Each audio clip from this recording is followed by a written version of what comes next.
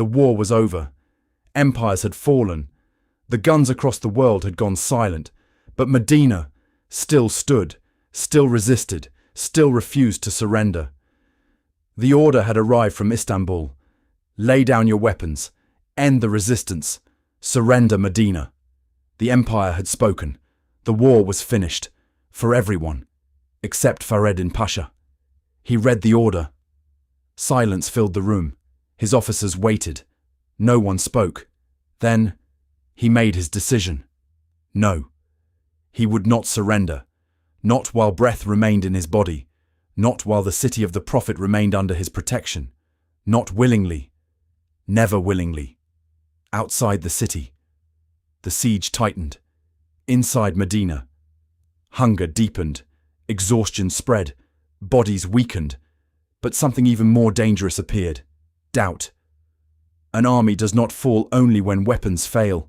It falls when hearts collapse.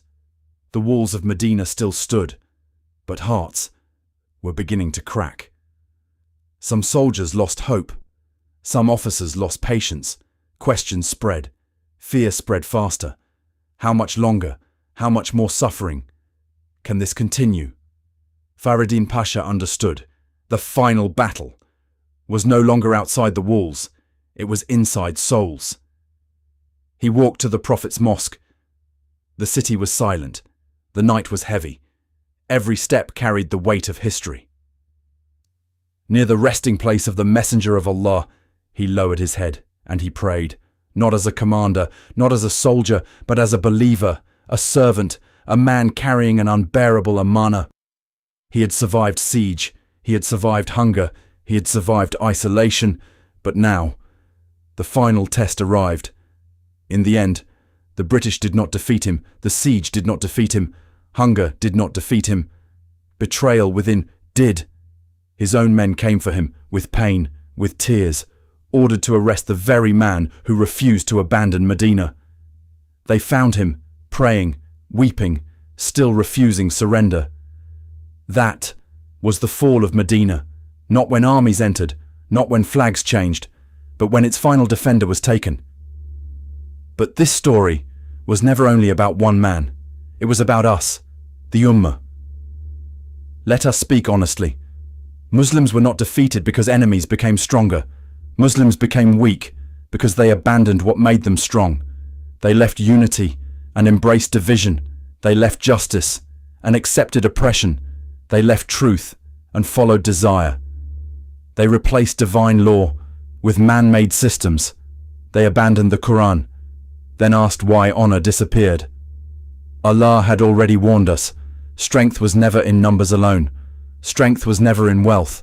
Strength was never in weapons. Strength was always in obedience to Allah. When this Ummah held firmly to the Quran, empires trembled. When this Ummah upheld truth, civilizations rose. When this Ummah carried justice, the world witnessed greatness.